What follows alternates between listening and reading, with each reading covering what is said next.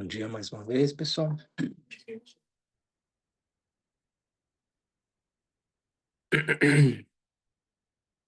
Bom, a gente vai retomar então o estudo do precioso ornamento da liberação do Gampopa. Semana passada a gente viu falando sobre o suporte para, digamos, o suporte mais favorável para se alcançar o estado de Buda. Na parte 2, o Gampopa descreve esse suporte, tem, né, em tibetano, como sendo a, a existência humana preciosa. E a gente viu ao longo desse. Então, a gente está estudando, né, ao longo desse mês de junho, a descrição do que vem a ser essa a existência humana preciosa, essa preciosa existência humana, a partir das 8 liberdades, das 10 aquisições. Dentro dessas 10 aquisições, as 5 que dependem de si e as 5 que dependem do outro. E na semana passada a gente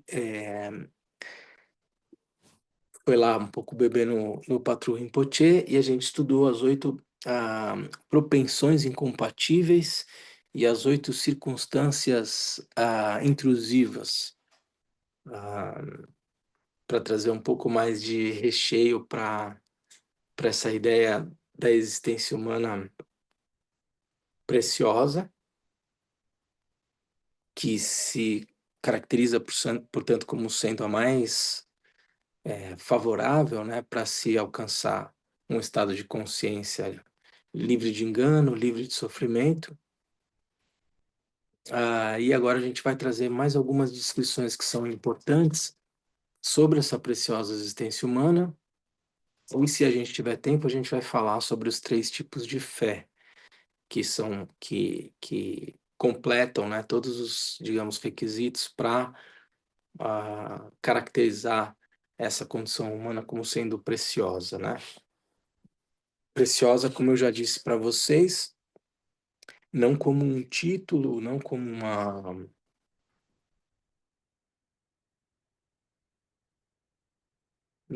uma categoria em si estática, mas como algo que é dinâmico, né? E que se consolida dada determinadas circunstâncias que vão tornar, portanto, as circunstâncias e as experiências de realidade de uma pessoa mais favoráveis para percorrer esse caminho ensinado pelo Senhor Buda. Essa é a ideia do precioso aqui, né? Não como um título, não como um carimbo e daí por diante. Até aqui, gente, até o que a gente viu até agora, alguém tem alguma dúvida? Alguma coisa que a gente falou na semana passada? Se alguém de casa também que está acompanhando os ensinamentos tiver alguma dúvida, quiser perguntar, antes da gente continuar aqui, fica à vontade. Todo mundo está tranquilo com o que a gente viu até agora? Posso fazer uma chamada oral aqui, perguntar quais são as oito liberdades? Tava vendo o que tava vendo um filme super bonito da Juliette Binoche, que é uma atriz francesa, Entre Dois Mundos. Vocês já viram? Nossa, tão bonito, falando sobre os trabalhadores, né? As pessoas vivendo na Europa numa condição bem conhecida por todos nós, assim, trabalhadores da limpeza, de serviços gerais e daí por diante, e como essa realidade nossa, assim, é rica e marcante. E é um filme francês, E aí tem uma hora que eu lembrei do Lama Trilei, porque ele estava dando ensinamento sobre preciosa existência humana aqui, e aí ele falava assim, ele falava, tá tudo bem, então eu posso fazer uma chamada oral aqui? Ele falava, porrazar. Porrazar significa assim, aleatoriamente. Lívia, responda aí, quais são as 8 liberdades? Eu lembrei dele. A gente vinha para os ensinamentos aqui, ó, todo mundo tinha que fazer a lição de casa antes de estudar. O Nacional tá de prova aí, sabe? E ele ia cobrando todo mundo aí. Eu não vou fazer isso, mas enfim. é, Quem sabe essa provocação acenda aqui um pouquinho a memória de vocês para saber. Até aqui tá tudo certo, tá tudo tranquilo. Que vocês entendem por uma preciosa existência humana? Quem quer falar, para além dessa introdução, dessa recapitulação que a gente viu até agora? Por que uma existência humana é diferente de outra existência humana nessa perspectiva do budismo? O que vocês acham? Quem quer falar alguma coisa? Ou alguém de casa aí também. Se alguém quiser participar, fica à vontade.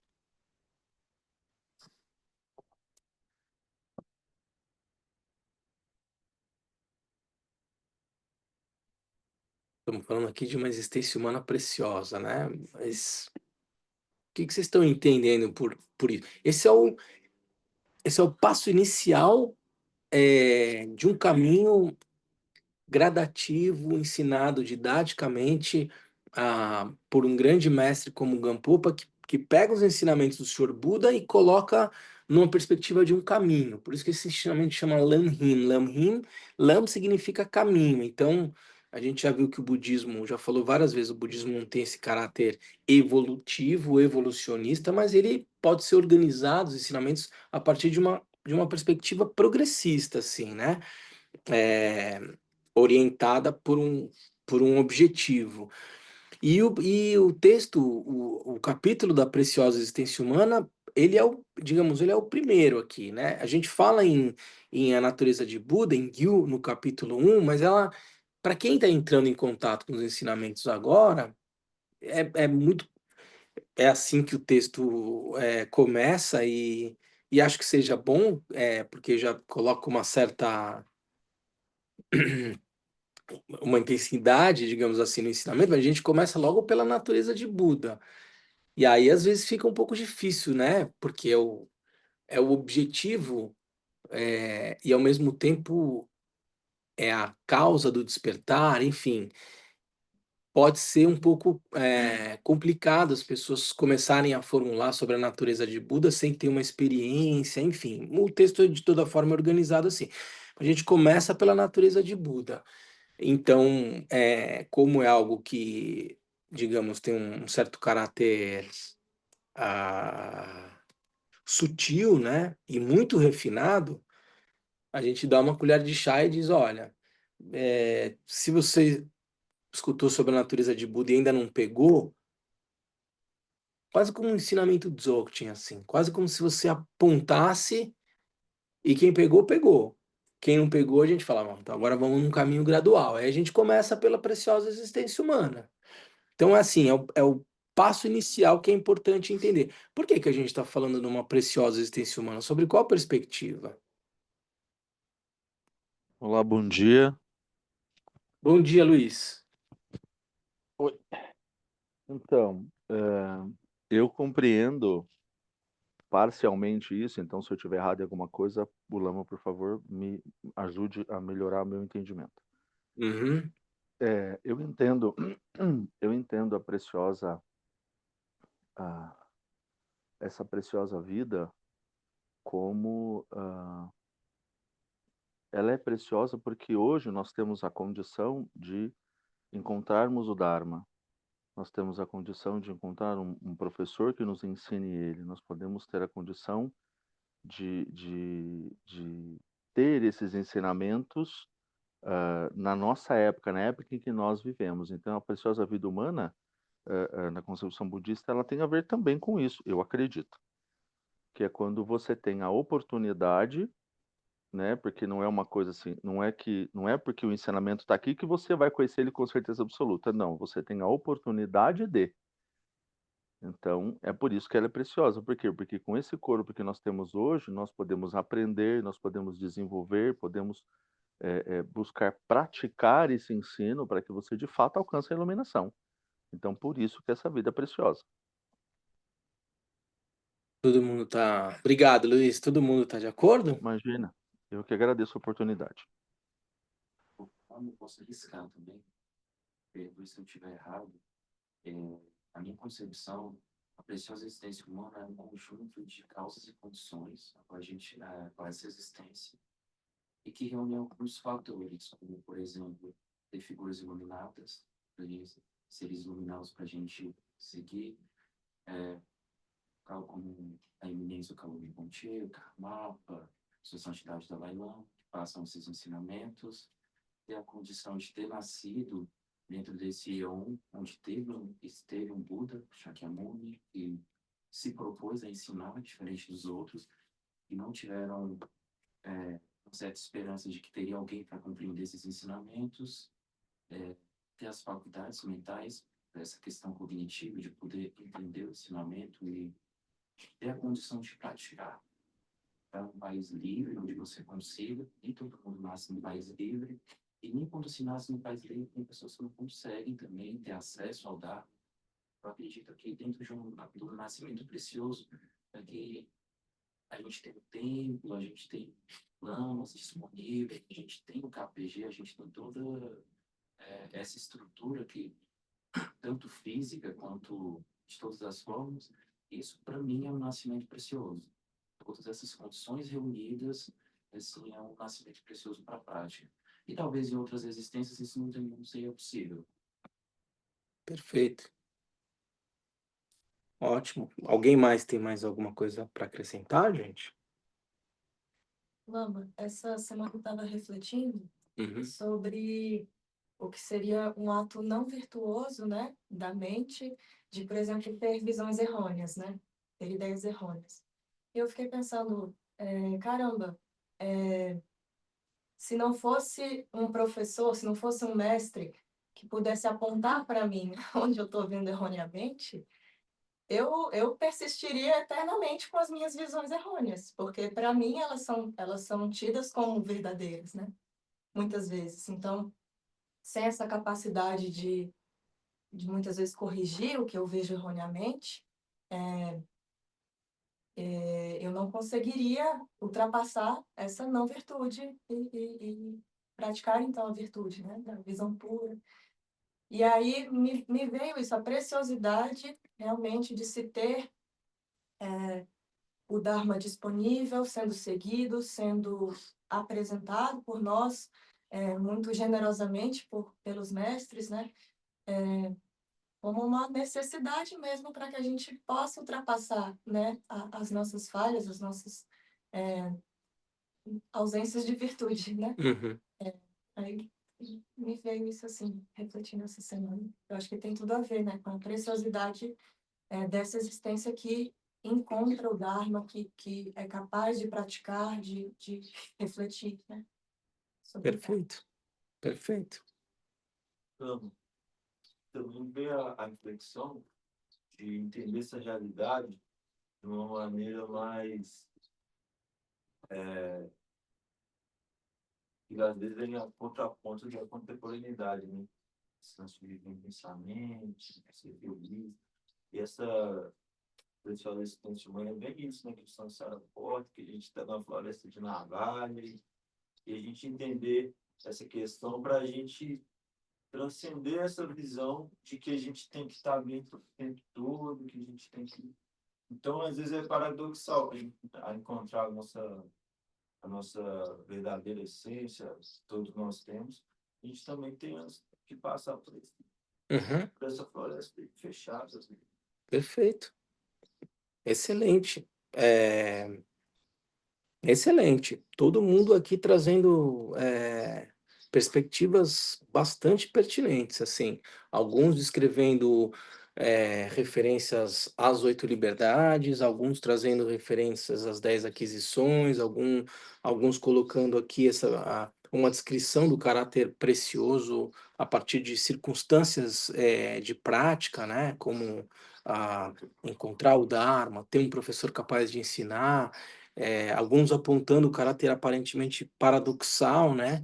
Entre uma existência preciosa, mas que me coloca à prova em circunstâncias desafiadoras para poder reconhecer a realidade tal como ela é excelente. Uma coisa que, para mim, pessoalmente, torna muito precioso é a raridade. Na minha própria vida, não preciso nem puxar vidas passadas, né? Mas na minha própria vida, é muito difícil você encontrar aquele momento específico que você tá muito bem, que você consegue praticar e ficar bem. E colocando isso agora numa perspectiva de existências, tende ao infinito, né? Então, quando eu encontro o ensinamento que ele me traz esse bem-estar, essa paz, quando eu sinto essa coisa, eu quero que todo mundo tenha. Eu acho que isso é muito raro e isso, para mim, torna precioso. É, assim, ótimo, porque vocês estão trazendo todos os elementos que integram essa parte do texto do Gampopa, né? E não sob uma perspectiva de um decoreba sobre o que o texto diz. É interessante porque a gente vai revisitar vários pontos que vocês trouxeram aqui, ah, mas o que vocês trazem, pelo que eu pude notar, é parte da experiência de vocês mesmos em contato com a vida, em contato com a realidade, né? Ah, o quanto isso faz desabrochar uma postura como essa, de perceber o benefício que isso traz e aspirar que todos os seres possam ter essas mesmas condições, né, que está muito associado à noção de bodhicitta, não como sendo algo estranho à nossa própria natureza, mas como sendo algo que se revela tal como uma vez diante das circunstâncias que permitam o desabrochar de uma postura de compaixão ampla e restrita, né? É, muito bom, muito bom, assim. ah,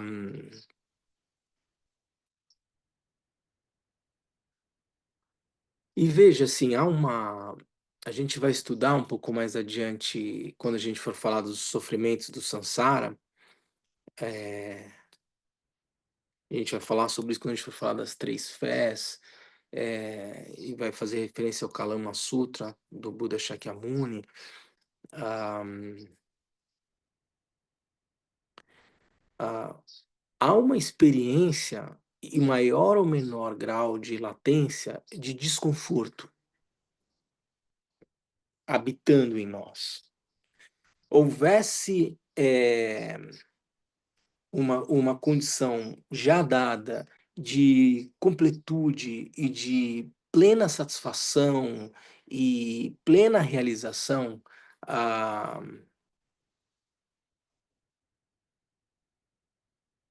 não haveria que se falar numa existência que fosse mais preciosa do que a outra. Ah, no entanto, seja um ser humano, seja um animal, sejam as outras formas de existência, por não conhecerem a realidade tal como ela experimentam algum nível de desconforto, de insatisfação, de sofrimento. Essa é a descrição que o Buda Shakyamuni traz no seu primeiro ensinamento, no primeiro giro da roda do Dharma, quando ele diz que o ciclo de renascimentos ele é insatisfatório. Ciclo de renascimentos, na perspectiva de uma maneira de estar na realidade que pressupõe nascimento, velhice e morte e tal, dado um suporte que é transitório, um corpo físico de um humano, de um animal, de qualquer outro ser, ah,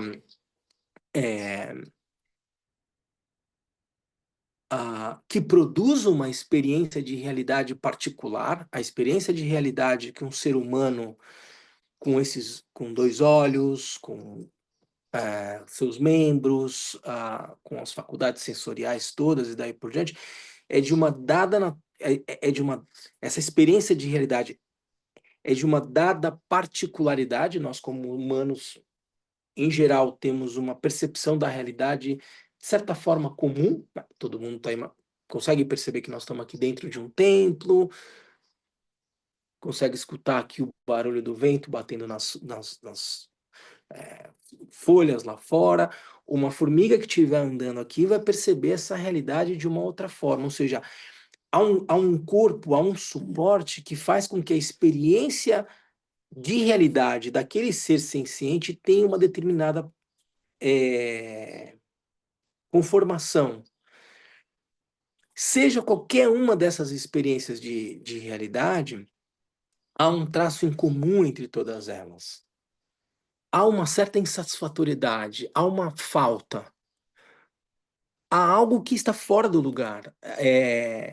Não fosse assim, se a experiência de realidade de todos os seres já fosse marcada por uma completude, por uma plena satisfação, não haveria diferenciação entre uma formiga e um humano sob essa perspectiva, e, portanto, não haveria que se falar numa determinada experiência de realidade que fosse mais preciosa do que a outra. O que torna essa existência humana preciosa são as circunstâncias, como a gente já falou, o nível de sofrimento, de insatisfatoriedade que a gente experimenta, as faculdades, por exemplo, cognitivas que um ser humano tem, dada uma determinada conformação do seu cérebro, que faz com que ele seja capaz de raciocinar e compreender uma lógica causal de uma maneira quase que óbvia, o que eventualmente alguns animais, por exemplo, não têm. E essa conformação toda torna essa condição de existência muito rara, muito especial, porque ela proporciona a possibilidade de se conhecer a realidade tal como ela é, que é a chave ensinada pelo Senhor Buda para superar as experiências de sofrimento. Ela é preciosa porque ela dá a chance de sair de uma condição de insatisfatoriedade sem fim para uma condição, para um certo estado de consciência que, ao conhecer a realidade tal como ela é, não experimenta essa sensação de falta, de incompletude e daí por diante. E isso é raríssimo. A Gabriela estava descrevendo assim, a possibilidade, a gente vai ver a condição para se alcançar o estado de Buda é o amigo espiritual. Alguém que já tenha desenvolvido uma visão sobre a realidade mais refinada e que é capaz de orientar um aluno para dizer talvez seja melhor você fazer isso e não aquilo. Porque a partir da experiência que ele tem da realidade, ele e pela experiência de prática, ele é capaz de apontar atalhos, soluções e daí por diante, para os obstáculos que impedem que a gente esteja nessa realidade, tomando ela por aquilo que ela de fato é, e superando as experiências de insatisfação e daí por diante.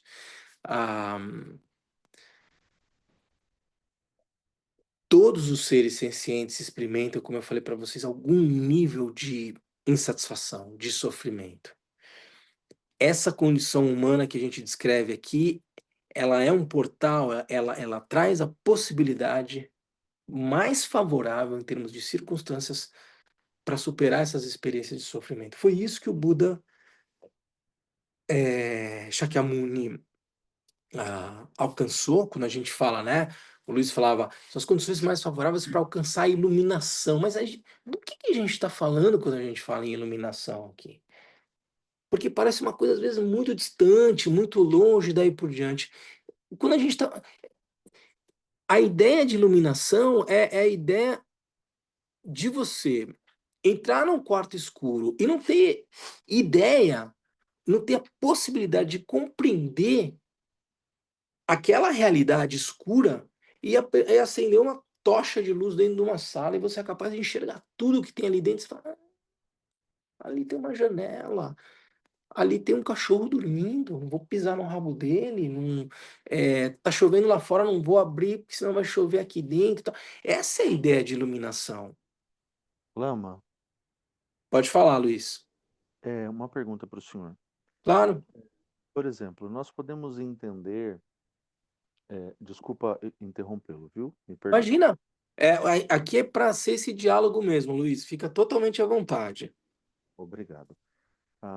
A gente pode, por exemplo, nós poderíamos entender, por exemplo, a iluminação como tendo momentos dela. Por exemplo, o senhor estava falando a respeito de você entrar num quarto escuro e de repente ter um lampejo de luz e você conseguir observar as coisas. Por exemplo, no nosso dia a dia, a gente pode experimentar um pouco de iluminação, por exemplo, quando você tem um problema muito grande e você consegue resolvê-lo de maneira equilibrada para que não cause dano nem a você e nem ao outro, de você, por exemplo, passar por uma situação muito, muito difícil e você conseguir uma solução para aquilo e você conseguir, através de compaixão e de amor, você conseguir resolver, por exemplo, uma questão, mesmo que aquilo seja momentâneo, porque às vezes quando a gente pensa em iluminação, a gente pensa, desculpa, eu sou meio antigo, a gente imagina o Churato sentado, né, subindo aquele monte de Budazinho subindo e voando no céu, assim. Mas não Uhum. é bem essa a realidade. Quando a gente fala, eu penso em iluminação, eu estou pensando naquela situação de você conseguir enxergar a realidade de fato como ela é, e aí, através de amor e compaixão, você conseguir ajudar a si mesmo e o outro. Isso pode ser experimentado é, é, parcialmente durante a nossa vida, em momentos da nossa vida? Então, Luiz, assim, olha, se a gente toma quando a gente já falou, vamos, assim, ainda que a gente saiba que esse ensinamento é um ensinamento linear, a gente está no início dele, é, sim, isso é verdade, mas a gente sabe também que as pessoas aqui, você e todas as pessoas que estão acompanhando esse ensinamento, já ouviram outros ensinamentos, e portanto tem outras referências, ainda que o propósito desse ensinamento do Gampopa seja organizar tudo aquilo que a grande maioria de vocês já colecionou como ensinamentos e colocar eles em ordem para que eles tenham mais sentido e vocês possam organizar melhor a compreensão do Dharma. Como eu estou dizendo para vocês, como eu sei que vocês já tiveram outras referências, eu me sinto à vontade em trazer algumas referências que talvez vocês já tenham escutado aqui ou ali sobre a mente. Quando Claro. a gente não viu isso aqui ainda no Gampopa, mas a gente já deve ter visto em outras situações. Quando a gente está falando sobre a mente, a gente está falando de algo que é insubstancial, mas ao mesmo tempo é algo que tem uma capacidade de manifestação, né? Ou seja, eu conheço a realidade a partir das minhas faculdades sensoriais, que ganham uma expressão manifesta na minha mente, consciência visual, auditiva, tátil, gustativa, olfativa, consciência mental, tudo isso são faíscas, são lampejos, né? Que se manifestam a partir da mente, e um terceiro atributo que é essa capacidade de conhecer tudo aquilo que na mente se manifesta, né? Eu estou aqui olhando para essa madeirinha, tem consciência visual aqui, e há uma lucidez capaz que sabe do que isso se trata, e sem que haja necessidade de discursar a respeito disso, conhece a experiência sensorial. Por que eu estou falando tudo isso? Se ao longo do meu dia eu encontro as condições mais favoráveis para estar com a mente estabilizada e a partir de um espaço de lucidez eu consigo fazer uma escolha que seja mais pertinente sobre uma determinada situação, como você mencionou, né? Encontro uma solução para um problema e daí por diante. É, Isso pode eventualmente caracterizar pequenos lampejos, como naquele exemplo que eu dei, em que você entrou numa sala completamente escura e você bate no interruptor uma fração de milésimo de segundo, bum, e escureceu de novo. Você tem uma fração de 1 milésimo de segundo em que a luz acendeu no quarto e apagou. Sim, pode ser uma pequena, um pequeno gap, um pequeno espaço onde essa lucidez da mente ela se revela e apaga, como uma luz que você acendeu no quarto se apaga. Sim, é possível que isso aconteça porque essa luz, como a gente já falou várias vezes, ela é a sua própria natureza. Essa é a natureza de Buda, não é algo estranho. É possível que a gente tenha pequenos lampejos desse espaço de lucidez, mas a fração de segundo que eu bato no interruptor, ele acende e apaga, é tão rápida que não dá tempo de eu me familiarizar com tudo aquilo que tem dentro daquele quarto, no exemplo que eu dei, entendeu? Então, sim, é possível que a gente experimente microfrações dessa lucidez inata da mente. Mas quando a gente está falando do estado de Buda, é a luz acesa, como vocês estão aí no quarto de vocês, nós estamos aqui no templo, e a gente é capaz de reconhecer tudo o que tem aqui dentro, tudo aquilo que se manifesta. E esse ainda é um exemplo limitado, porque aqui não estou vendo todos os seres que podem estar aqui acompanhando os ensinamentos, eu aqui não tenho a visão onisciente de saber todo o passado, o presente e o futuro de todos vocês que estão aqui, todas as causas e condições que fazem a gente experimentar a realidade da forma como ela acontece agora. Então isso se amplia numa condição exponencial. É possível a gente ter pequenas microfrações disso, mas esse estado de consciência plenamente revelado e manifesto, que é a tradução para Sangye, que é Buda, ela é ilimitada e ela transcende a lógica do tempo. Ela simplesmente é. Então veja a magnitude do que seria a luz desse quarto acesa de forma ininterrupta, com uma capacidade de lucidez para muito além daquilo que a gente compreende a partir das nossas faculdades sensoriais e da nossa consciência mental grosseira e daí por diante. Entendeu, Luiz? Entendido. Muito obrigado. Imagina, Luiz. Tudo bem, gente? Então, assim, foi boa a pergunta do Luiz, porque ela dá a dimensão do que essa condição humana ela potencialmente pode proporcionar a nós. Mas vocês vão ver aqui, a gente vai falar mais adiante, a gente já falou um pouco sobre isso das 10 aquisições. Tem um fator que é fundamental, no meu modo de ver, para singularizar a existência humana preciosa, que é ter uma atitude de respeito, apreço, fé em relação às três joias, né? O Buda, o Dharma, Sangha, portanto, aquele que alcançou a iluminação, os ensinamentos que ele trouxe, a comunidade de praticantes. Se não se não é, se a pessoa, se alguém não estabelece esse tipo de relação com esses ensinamentos, por mais que ela tenha as condições mais favoráveis de vida, ela não vai perceber o potencial que existe nessa existência humana. Ao, seja por curiosidade, seja por algo que seja muito incipiente, por alguma razão vocês estão aqui hoje. Não fosse ter algum interesse sobre o que é ensinado, né, num templo budista e daí por diante, nos ensinamentos budistas, vocês poderiam estar fazendo qualquer coisa hoje, e é legítimo que fizessem e daí por diante, mas faltaria uma condição,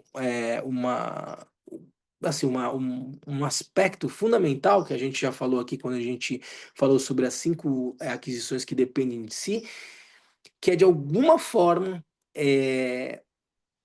nessa existência, por muito possivelmente uma conexão kármica, vocês terem cruzado os olhos, ouvido falar sobre algo em relação ao budismo e ter dito, isso aqui eu vou querer saber um pouco mais a respeito.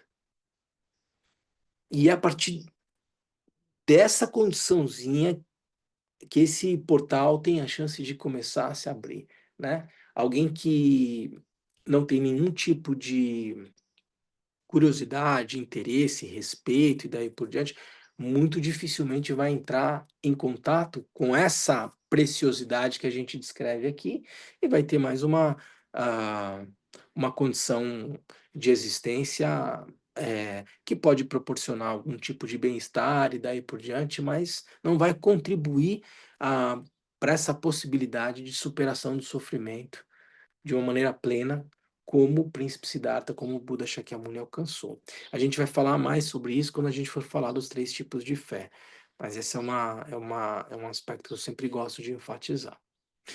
Mas tudo bem até aqui, gente? Podemos seguir, então?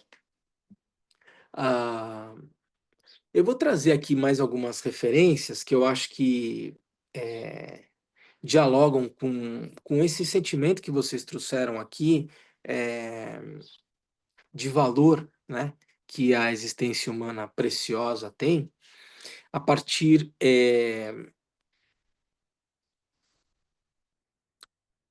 da perspectiva da dificuldade de se alcançar e da utilidade, do benefício que ela pode trazer, né? O Gampopa vai dizer o seguinte: por que a existência humana é preciosa? Ele dá 2 aspectos. Porque ela é difícil de ser obtida e é de uma grande utilidade. Ela é comparável a uma joia que realiza todos os desejos, né? No que se refere à dificuldade de ser obtida, lemos no Pitaka dos Bodhisattvas. É difícil tornar-se um ser humano, é igualmente difícil obter uma simples vida humana, é difícil receber o Dharma, e é igualmente difícil que apareça um Buda. Ele vai trazendo aqui algumas referências, né, sobre as quais a gente já falou nas 8 liberdade e as 10 aquisições. Ele vai dizer a marcha em direção ao despertar. Essas liberdades, essas aquisições são extremamente difíceis de serem obtidas. Qual imagem poderia ilustrar a dificuldade de obter tal existência humana? Aqui vocês vão ver alguns textos que falam sobre os exemplos que são dados sobre a preciosa existência humana. E esse exemplo sempre me marcou, um exemplo clássico, né? A marcha em direção ao despertar responde: assim, diz o Buda, é tão difícil tornar-se um homem quanto uma tartaruga passar sua cabeça por uma argola que esteja boiando nas ondas do imenso oceano. Qual é a origem dessa comparação? Ela está no próprio Buda, né? O próprio Buda ensinou. Suponha que essa Terra se transforme totalmente em água. Imagina o planeta Terra, ele é um planeta só de água. E que uma argola seja jogada nela e boie ao sabor dos ventos em todas as direções. Jogou uma argola num oceano do tamanho do planeta Terra e ela está boiando na superfície da água.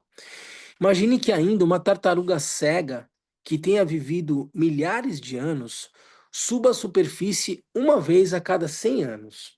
Ela está imersa, ela fica 100 anos debaixo d'água, uma vez a cada 100 anos ela sobe a cabeça para respirar fora da água. Apesar de ser muito difícil que essa tartaruga consiga passar a sua cabeça pela argola, imagina que eu joguei uma argola aqui lá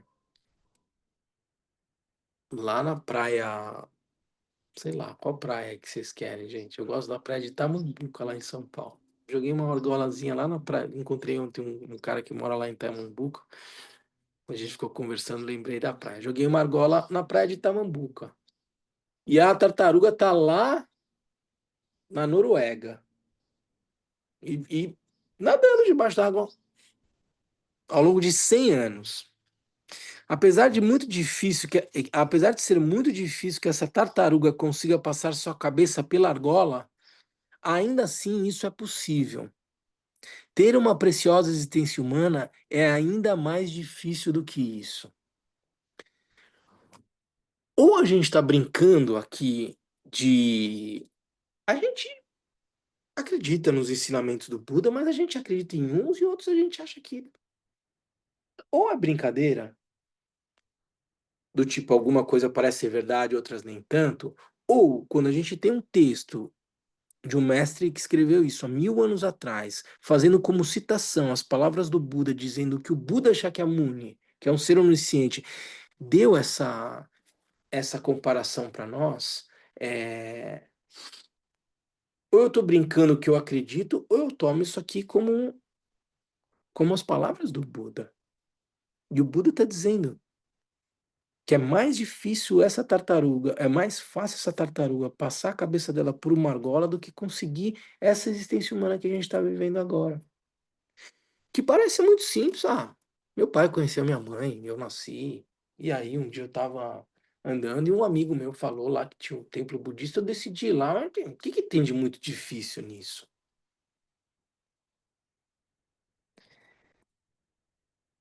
Você acha que a formiga que está lá na árvore pegando uma migalha de pão tem essa mesma chance? Ela está aqui, ela está no templo, ela está fazendo, criando causas e condições, eventualmente para um dia, sei lá, depois de quantos pisões, é, bichos, que durante existências, existências vão comendo essa formiga viva, vão despedaçando, ela é pisada, ela morre de fome e tal. Quantas existências ela, para uma vez ela nascer como humana, para depois ela nascer como humana, ela criar as condições para em algum momento poder entrar em contato com esses ensinamentos que podem fazer com que esse ser senciente, na forma que ele estiver, possa transcender toda a experiência de sofrimento. Parece muito fácil a existência humana que a gente tem agora. A gente tem como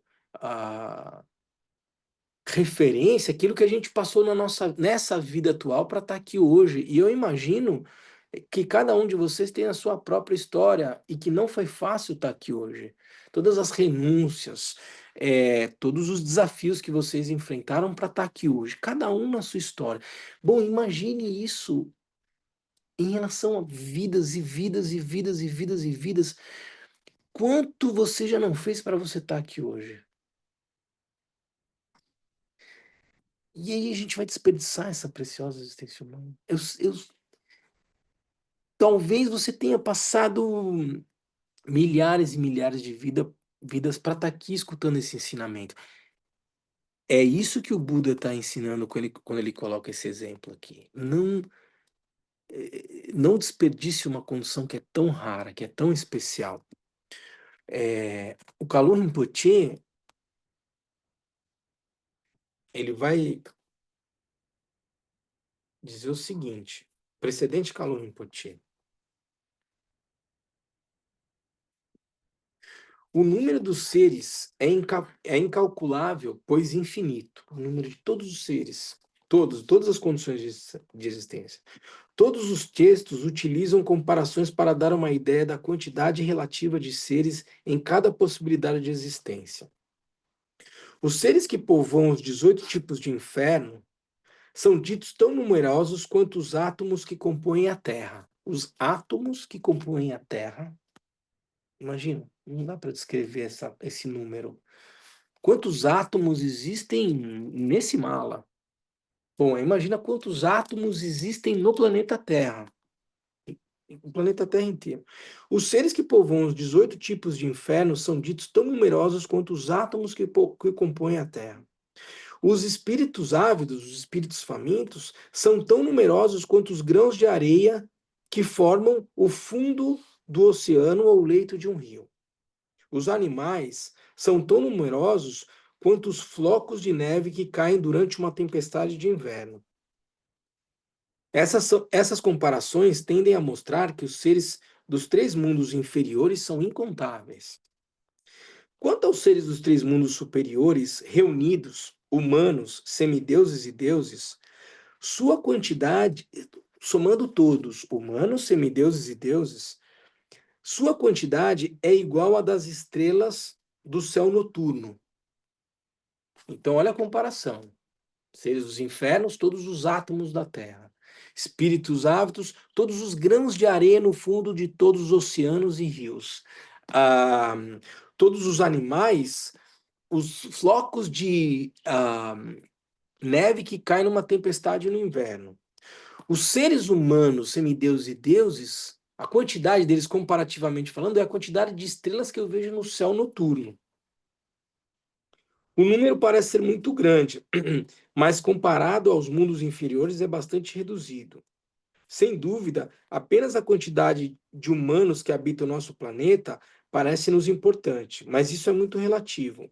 Sem falar dos infernos e dos espíritos ávidos que não podemos ver, se considerarmos o mundo dos animais, podemos constatar o quanto eles são infinitamente mais numerosos do que nós.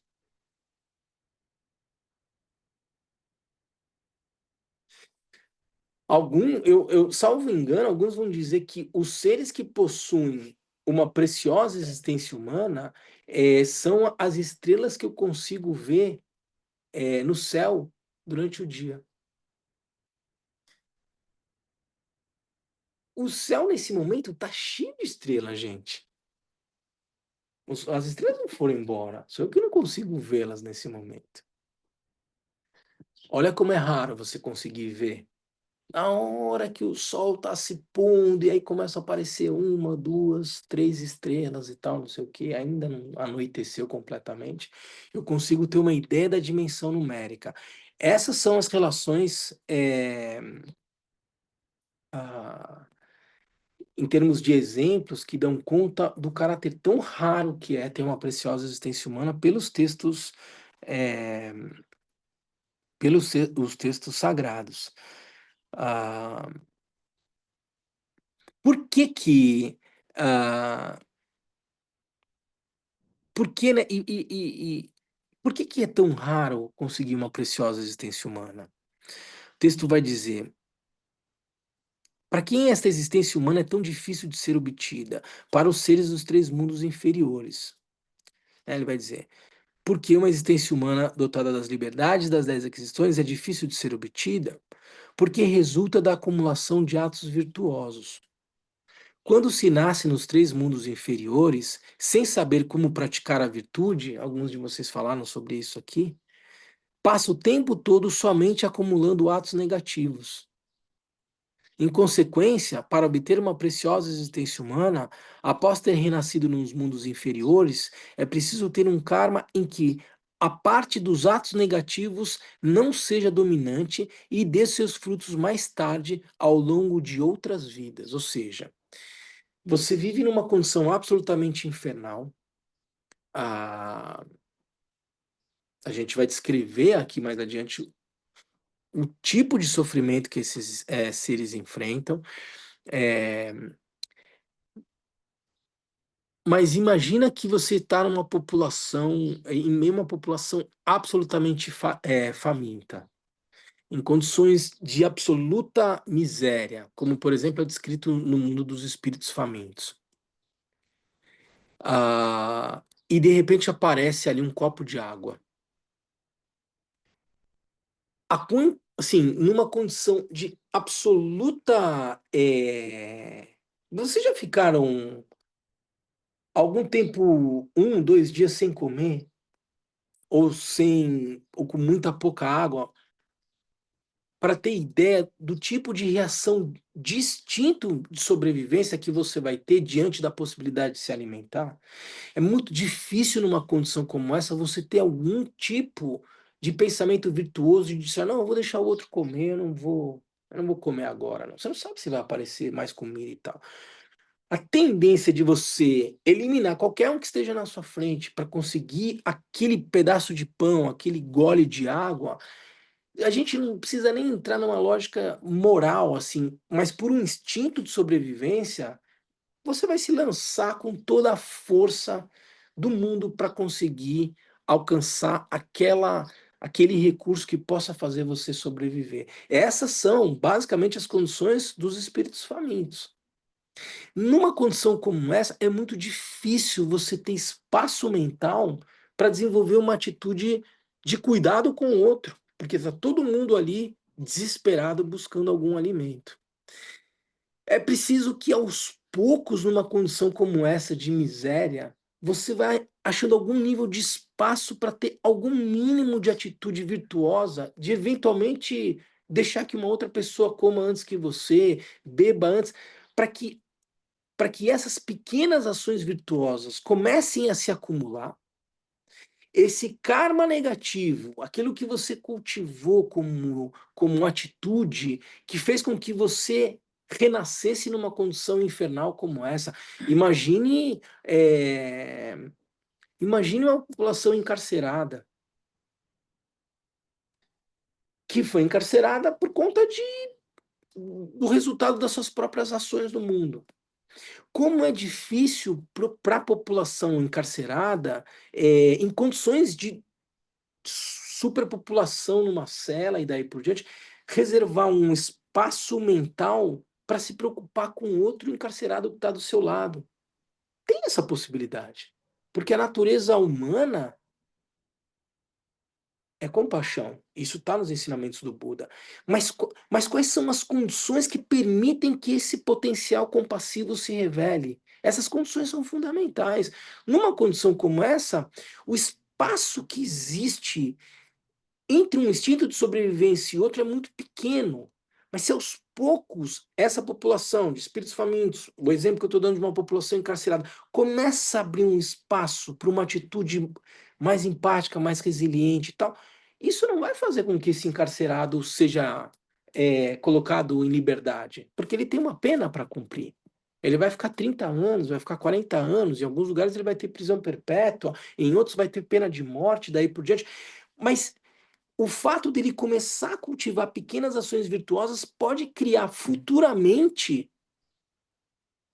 um espaço kármico para que condições mais favoráveis de renascimento possam surgir e ele possa, numa outra existência, nascer numa família, um espírito faminto, depois de existência de milhares de existências, renascer como humano.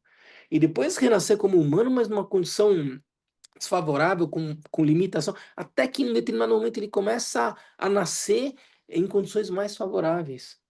E aí o que ele faz em condições mais favoráveis? O que a gente faz em condições mais favoráveis? Se eu tenho condições favoráveis nesse momento, eu pratico a generosidade? Eu tenho comida, eu tenho casa e tal. O que eu faço da minha existência humana? Eu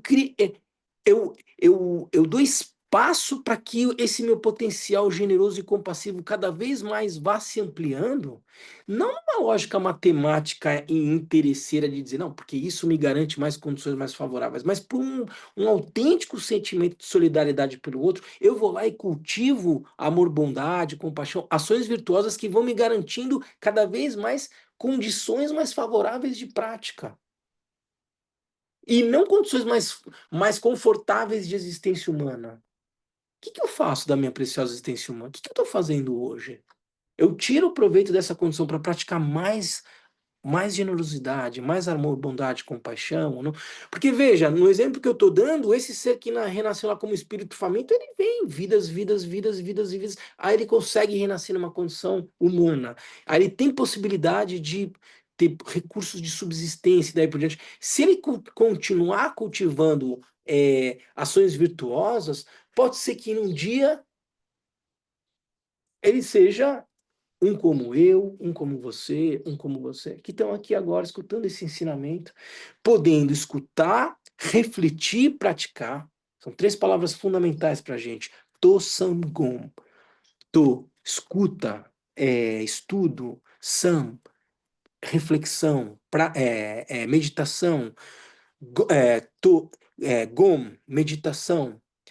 Essas 3 etapas em que eu escuto algo, eu reflito a respeito e eu coloco em prática, e a partir daí eu vou colocando em prática aquilo que um professor, um mestre ensinou como sendo virtuoso, e vou criando condições mais favoráveis para entendendo o valor que isso tem. E na medida em que eu vou entendendo o valor que isso tem, eu vou colocando em prática, estudo, reflexão e prática, e vou progredindo no meu caminho. A partir desse percurso, eu começo a entender um pouco a realidade melhor. Eu começo a entender essa lógica causal que marca a realidade que a gente experimenta. E a partir dessa lógica causal, reconheço ações virtuosas, não por uma lógica moral de certo ou errado, mas ações virtuosas criam condições mais favoráveis para progredir no caminho, para entender a realidade tal como ela é.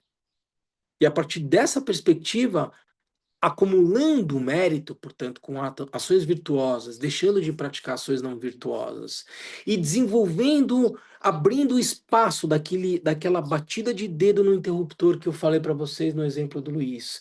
Eu começo a ampliar um pouco mais o espaço de lucidez que existe já na minha mente. Quando a gente está fazendo meditação, o que a gente está fazendo? A gente está acalmando a mente para aos poucos ir conhecendo a realidade tal como ela é.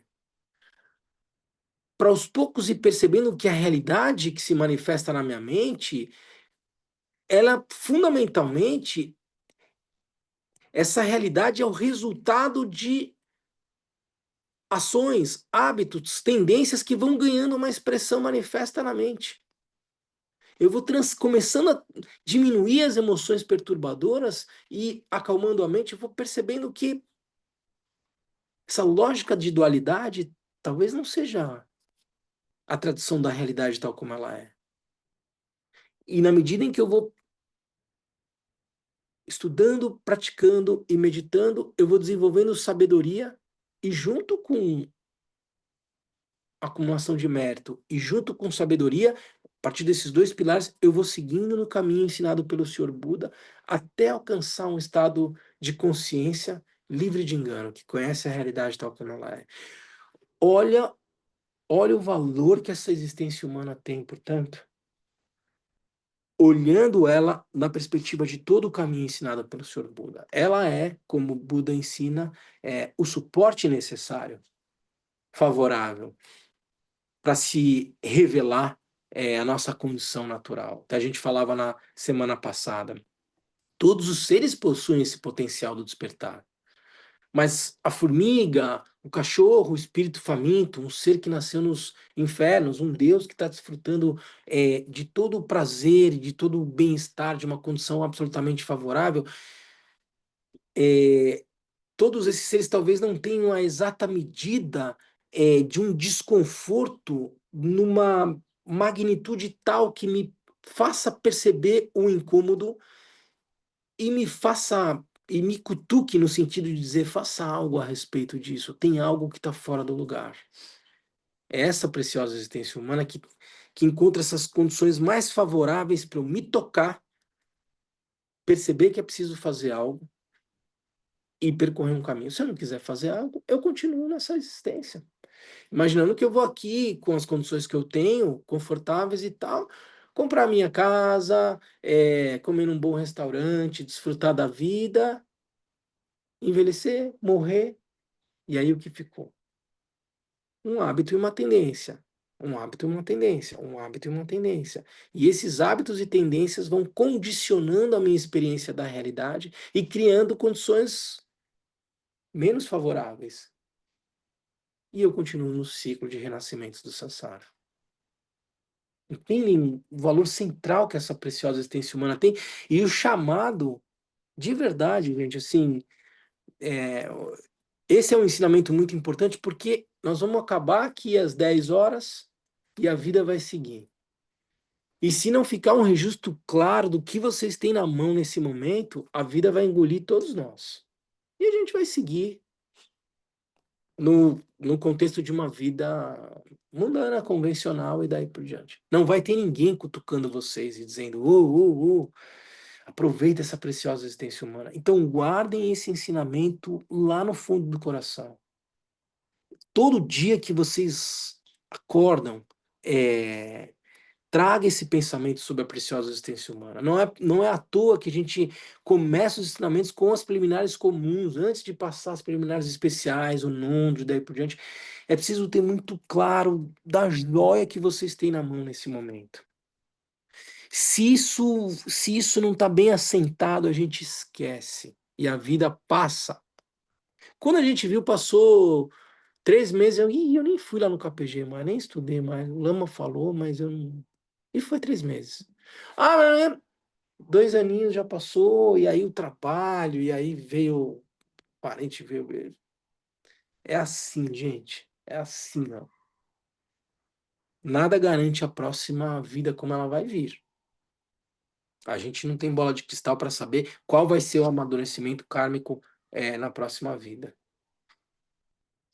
Tá claro isso, gente? Eu sou meio enfático demais nesse capítulo, mas ele é fundamental. Não esqueçam disso. Tudo bem? Amorosamente falando. Tudo bem, gente, em casa? Bem, de fato, esse capítulo ele é essencial mesmo. A gente precisa, como o Lama falou, internalizar isso e praticar isso todos os dias. A minha esposa ela sempre fala que a gente tem que fazer 1% todo dia. E com esse capítulo a gente tem que fazer isso, 1% todo dia, aplicando isso um pouquinho cada vez mais. Logo quando acorda de manhã, gente, assim, que eu não desperdice essa preciosa existência humana. Já imaginou, gente, se você chega lá na semana final, velhinho, tá lá, porque a gente não sabe em que circunstâncias a gente vai morrer, né? Pode ser um acidente de carro, pode ser uma pandemia como a que foi e tal. Assim, conseguir chegar lúcido no momento da morte já é um presente. Aí você tá lúcido, envelhecendo e percebendo, tem ali um diagnóstico de uma doença terminal, você tem, tá lá em cuidados paliativos, você tem lá mais 2 semanas e tal. E você tá lúcido naquele momento. Você tem a possibilidade de passar em revista tudo. E aí, nesse momento, depois de 90 anos, de 95, você olha e fala, eu desperdicei a minha preciosa existência humana.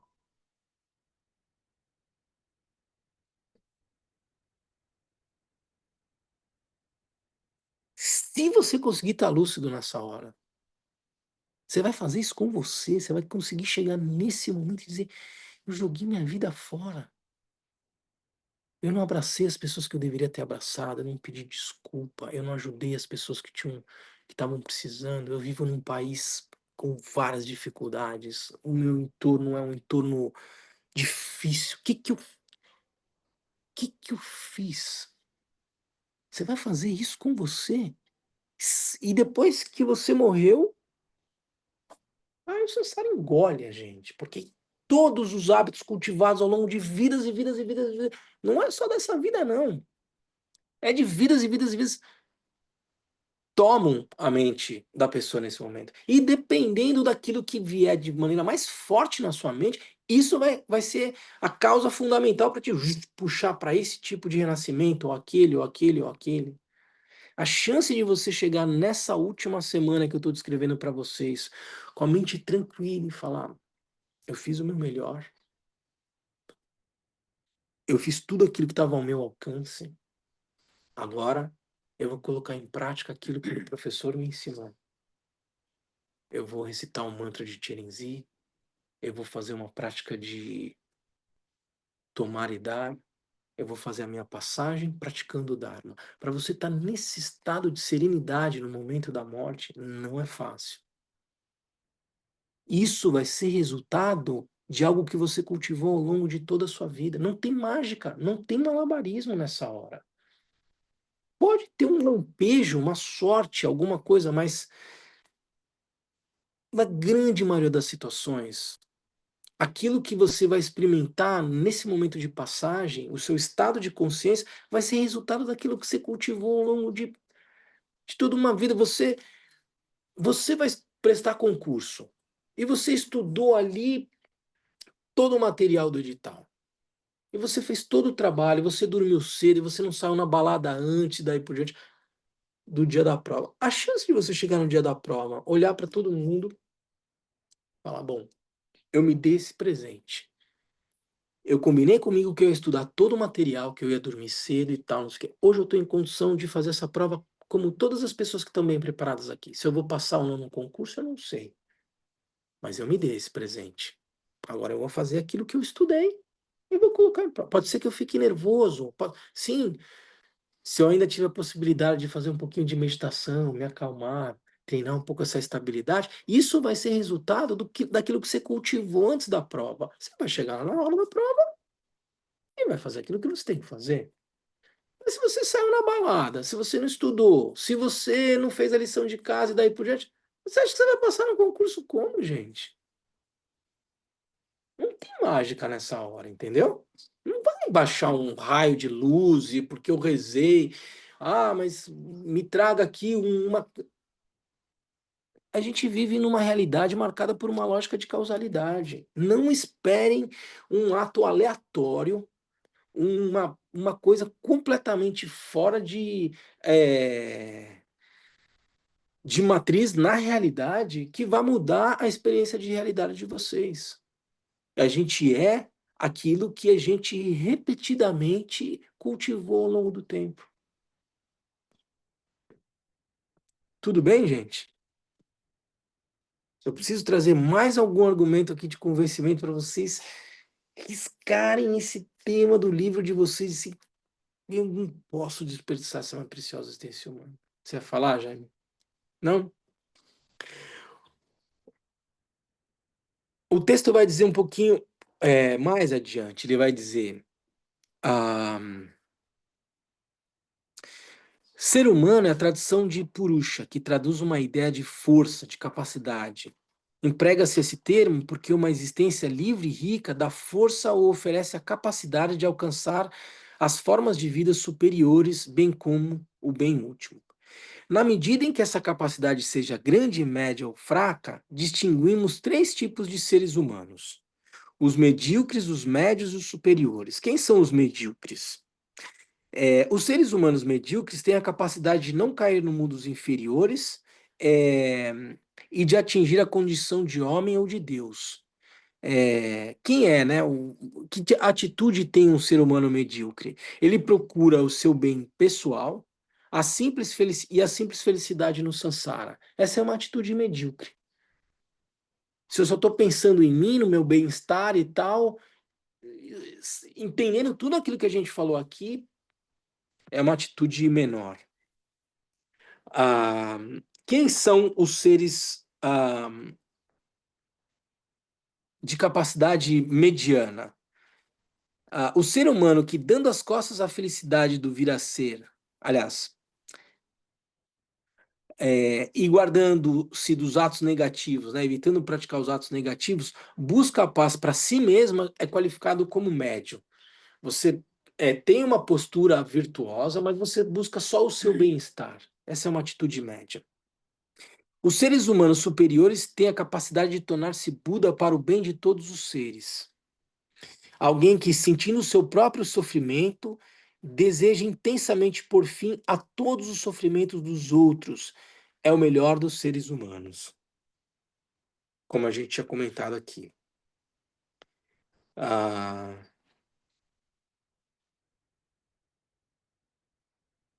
Kalu Rinpoche vai dizer: o mérito e o karma permitem, de uma maneira geral, obter a existência humana.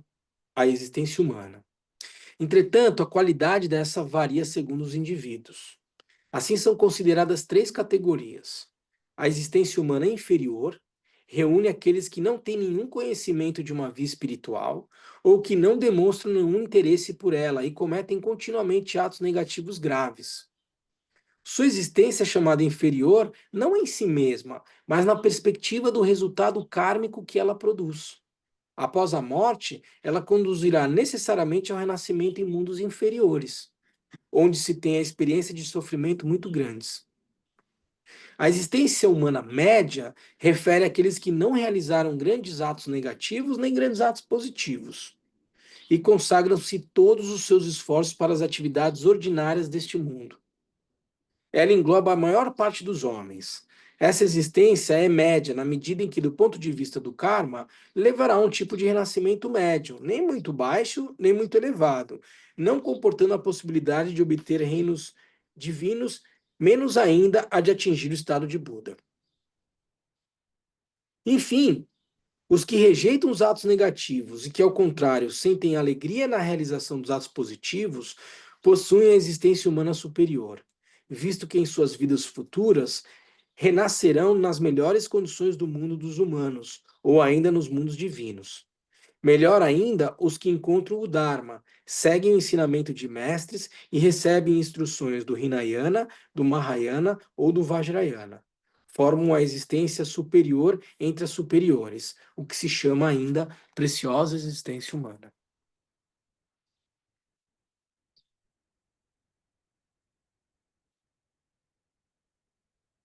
Uma existência humana dotada das liberdades e das riquezas permite renunciar ao mal, fazer o bem, atravessar o oceano do Sansara, progredir em direção ao despertar e atingir a budeidade perfeita. Ela é, portanto, muito superior à existência dos deuses, dos nagas e assim por diante. Ela é mesmo superior à preciosa joia que realiza todos os desejos. Como é difícil de ser obtida e proporciona grandes benefícios, é qualificada de preciosa.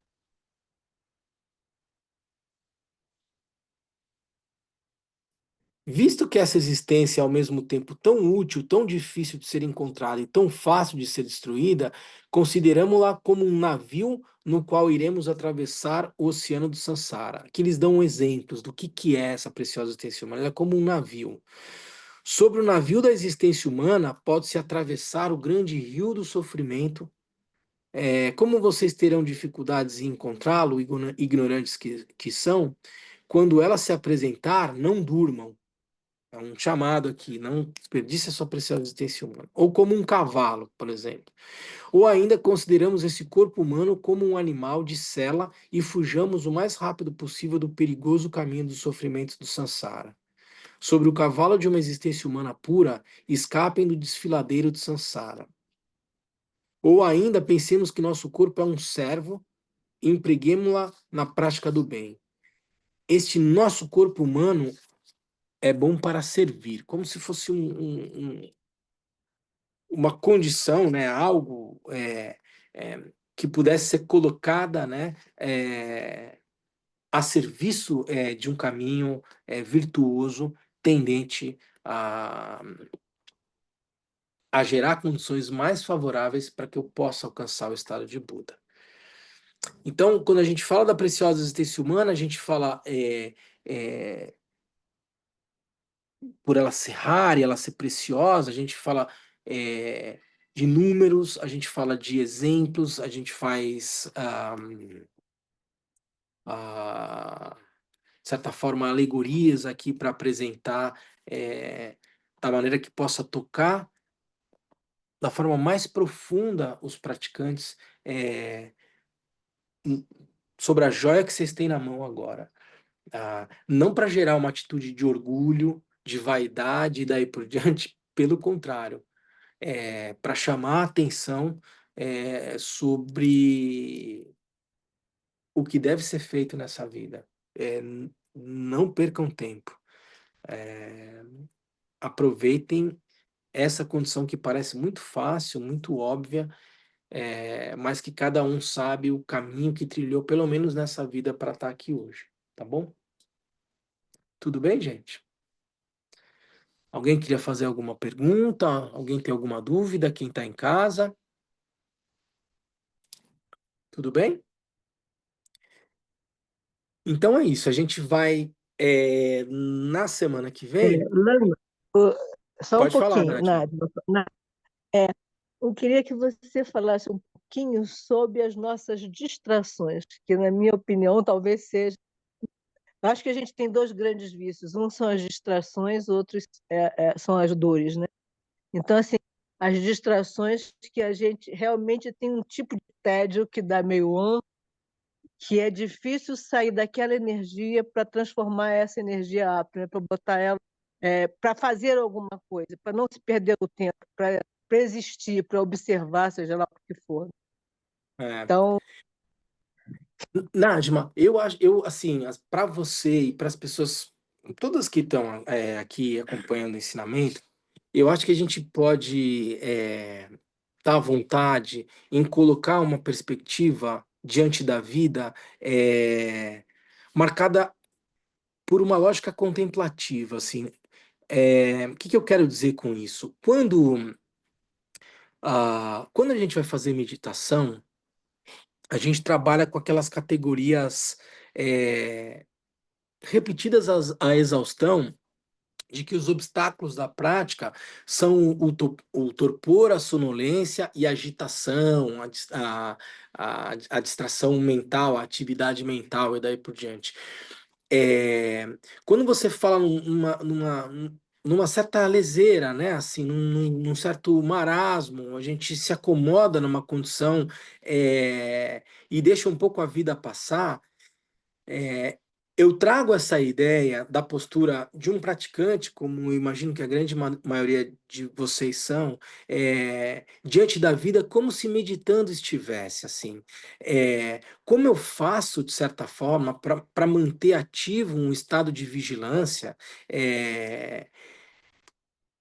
que assim como quando eu estou meditando, é capaz de me fazer levemente acordar dessa paralisia, algum nível de entusiasmo e daí por diante que me faça despertar dessa paralisia e ser capaz de perceber aquela condição, aquela situação específica, como sendo é, uma distração.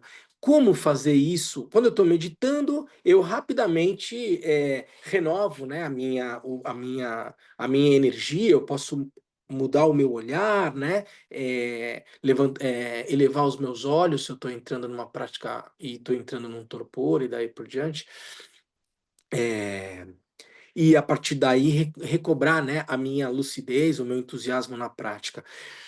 Ah, enquanto praticante no dia a dia, é, eu acho que é preciso a gente ter claro um comando e cultivar isso no meu dia a dia para que isso se torne um hábito comum, num questionamento interno sobre qualquer situação na vida, de se perguntar: isso, isso me aproxima ou me afasta do meu objetivo enquanto praticante?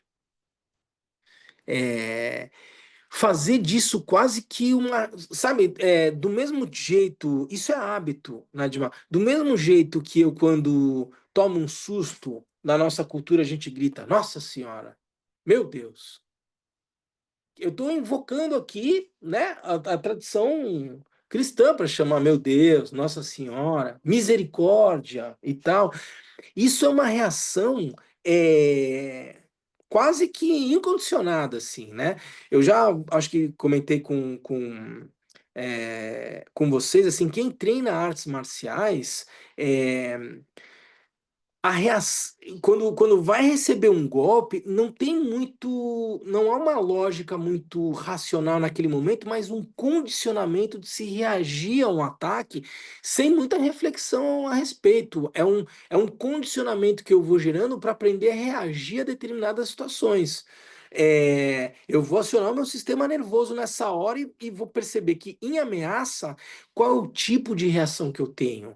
E eu vou condicionar um tipo de resposta. Eu posso sair correndo, eu posso me desviar do golpe e ao me desviar, já reagir com outro golpe, daí por diante. Isso é treino, isso é condicionamento, isso é hábito. É, Portanto, é importante desenvolver essa postura diante da vida com um olhar contemplativo para ir se condicionando. Toda vez que eu me percebo nas determinadas situações e me questionando, mas isso me aproxima ou me afasta do meu objetivo como praticante? Na hora que eu estou numa praia, desfrutando e daí por diante, eu posso, num determinado momento, querer descansar. Mas uma vez tendo descansado, será que eu não posso recobrar minimamente a minha atenção e tirar proveito daquela situação para poder praticar um pouquinho, sem que ninguém perceba? Isso tudo, Nadima, é hábito, é treino. Porque assim, o meu organismo, a tendência dele natural é a tendência do mínimo esforço. Não porque eu tenho uma natureza preguiçosa, por isso aquilo, porque ele tem a tendência a querer consumir menos energia e manter esse organismo funcionando. Isso é uma lógica homeostática do nosso corpo, assim, entendeu? Então a tendência natural é eu buscar o mínimo esforço para poder consumir menos energia e manter esse organismo funcionando. Como eu faço para utilizar essa estrutura de equilíbrio homeostático do meu corpo como uma maneira de praticar o Dharma? Treino. Por isso os ensinamentos, por isso todas as técnicas que são ensinadas pelos professores e daí por diante, como eu pego toda a experiência que eu tenho na minha vida e torno ela uma possibilidade de praticar o Dharma. Isso é treino, isso é condicionamento. Não precisa, eu não estou falando aqui de algo que tenha que ser exaustivo, mas como eu já falei outras vezes, aos poucos eu vou me condicionando para uma experiência que seja desafiadora na minha vida, como sendo uma oportunidade de praticar paciência. Como você mencionou há 1 ou 2 encontros atrás, como você fez dos desafios que você tinha com a sua mãe ou a sua madrasta, não me lembro agora, como uma maneira de praticar gratidão. Não tivesse sido ela dura com você em relação ao teu incentivo a estudar ou não, e você, diante daquela postura, ter pego aquela oportunidade para reforçar ainda mais o teu interesse em querer estudar e daí por diante, como você faz daquela experiência uma oportunidade de prática. Isso é treino, isso é condicionamento. Como você vai moldando o teu olhar para as experiências de realidade como uma maneira de tirar da paralisia de um vitimismo, de uma justificação do porquê que eu não faço isso ou aquilo. Isso é treino, isso é condicionamento. E isso é como a gente faz quando a gente está meditando. Se eu pego a experiência de meditação e coloco ela como um pano de fundo da minha maneira de estar no mundo, eu posso aproveitar toda a experiência de realidade como uma maneira de praticar. Aí não tem espaço para torpor, para sonolência, para preguiça e daí por diante. Mas isso é treino. Tudo bem, Nadima? Tudo bem, Lama, obrigada. Então, tá bom. Vamos então para o nosso intervalo. A gente, semana que vem, então, vai fechar essa parte da preciosa existência humana, se debruçando um pouco sobre os 3 tipos de fé, que, como eu mencionei para vocês no início do ensinamento de hoje, acho que dão conta da singularidade da existência humana preciosa, né? Uma relação de apreço, respeito, fé, em relação ao Buda, ao Dharma, à Sangha. A gente vai ver em mais detalhe isso na semana que vem, tá bom? Então vamos fazer nossa dedicatória.